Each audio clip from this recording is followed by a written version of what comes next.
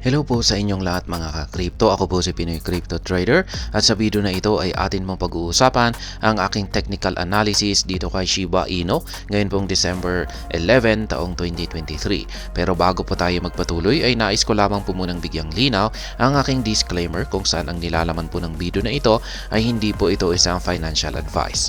For education and information purposes lamang po ang layunin nito. Maliban po dito ay nais ko na rin pong magbigay babala na wala pong kahit anumang group chat ang Pinoy Crypto Trader. Ayan po mga ka-crypto, yan po yung aking previous price projection dito kay Shiba Inu. Ayan, nung nabasag po niya ang 888 na dating resistance line dito, ay ayan, magpapatuloy lamang po ito sa kanyang pag-akyat. At ito na nga po yung kanyang ginawa. Kaya ayan, umakyat po siya rito. Yun nga lang at meron kasi tayong resistance line dito sa 1048. Ayan, nagawa na po niyang magbawas ng isang zeros mula po sa pagkakaroon nito ng 5 zeros ay naging 4 zero digits na lamang po siya. Pero sayang, hindi po niya talaga kinayang magtuloy-tuloy sa pag-akyat dahil sa major resistance line natin dito sa 1048. Matigas po kasi talaga ito. Yan, at mukhang ang mangyayari rito ay magsa-sideways muna siya or magkakaroon talaga siya ng rejection dito. Yan. Mukhang magkakaroon siya ng correction dito. Lagay po natin dito sa natin ng yan, dotted line, tapos palitan din po natin ng kulay red. Mga kulay red ay mga support line po ang mga ito. Ang posible pong mangyayari rito ay una ay magsa-sideways po siya. Ayan, magko-consolidate na lamang po siya dito sa ilalim ng 1048 na major resistance line natin. Yan po ang isang posibleng mangyari. Ang pangalawang mangyayari rito ay posible po siyang bumagsak para magkaroon ng correction dito. Yan sa support line natin dito. Tapos ayan, pagkatapos ng kanyang correction or retest ay saka po siya ulit babalik at aakyat para muling basagin ang 1048 na resistance line natin dito. Ayan. At syempre, ang pangatlo ay mababasag niya. Ayan, mababasag niya ang resistance line natin dito. Ayan. At magpapatuloy siya sa kanyang pag-akyat. Pero ayan, may napakalapit na naman na isang major resistance line dito sa 1168. Kaya maski nabasag niya ang 1048 na ito, ay meron na namang isang major resistance line dito sa 1168. Parang zone po ito.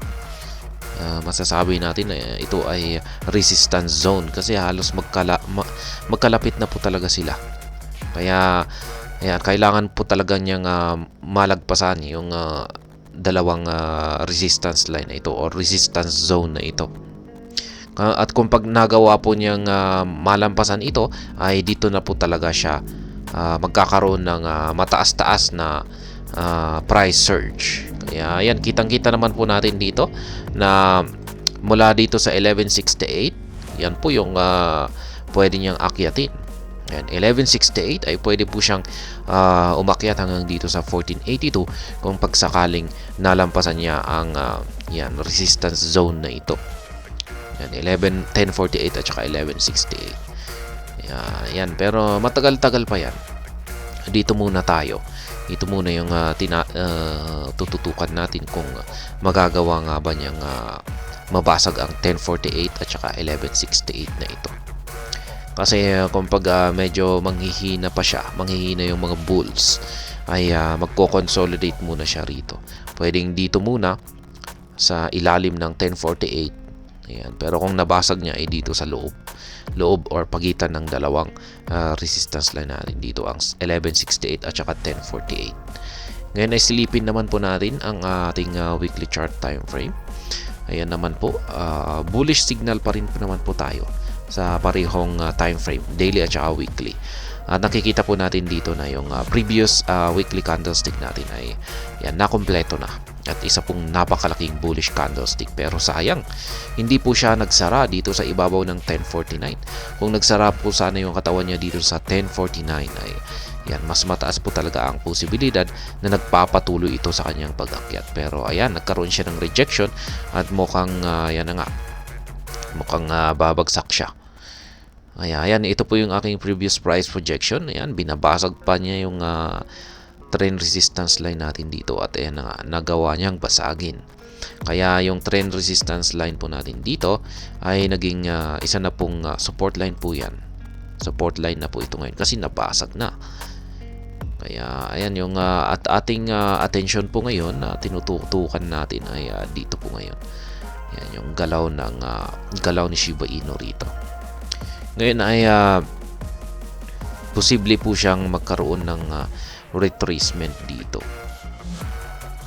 Ayan, sabihin natin dito.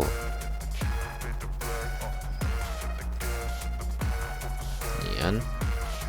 Check lamang po natin sa daily chart time frame kung tumugma. Ayan nga. Mas kitanggalin na natin ito. Ayan, kung sakaling magkakaroon siya ng retracement ay dito po sa support line natin dito. Ayan, balik na po tayo sa weekly chart time frame. Ayan, kung sakaling ayan, aakyat po siya.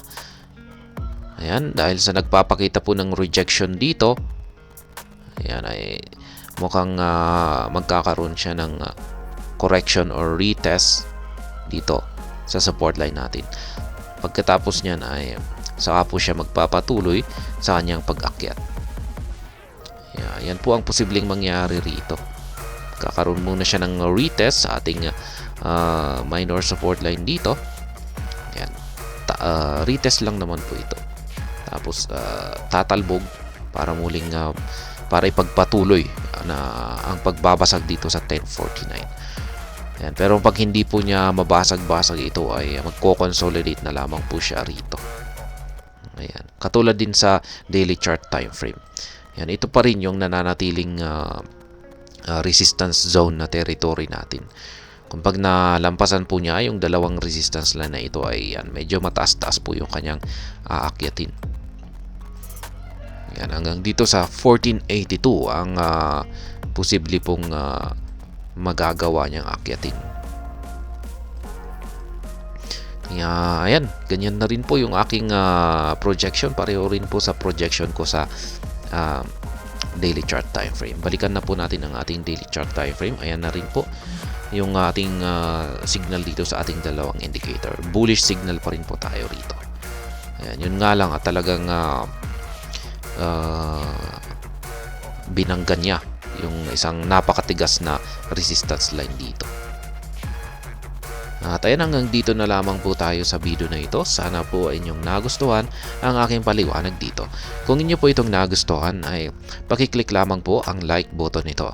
Para naman po sa mga bago lamang dito, kayo po ay aking inaanyayahan para mag-subscribe. Pakiclick na rin po ang bell icon nito dahil ito po ang siyang magsisilbing notification nito sa mga bago kong videos na akin pong ina-upload sa aking YouTube channel na ito. Marami pong salamat sa panonood. Ingat po tayo lagi at God bless po sa ating lahat.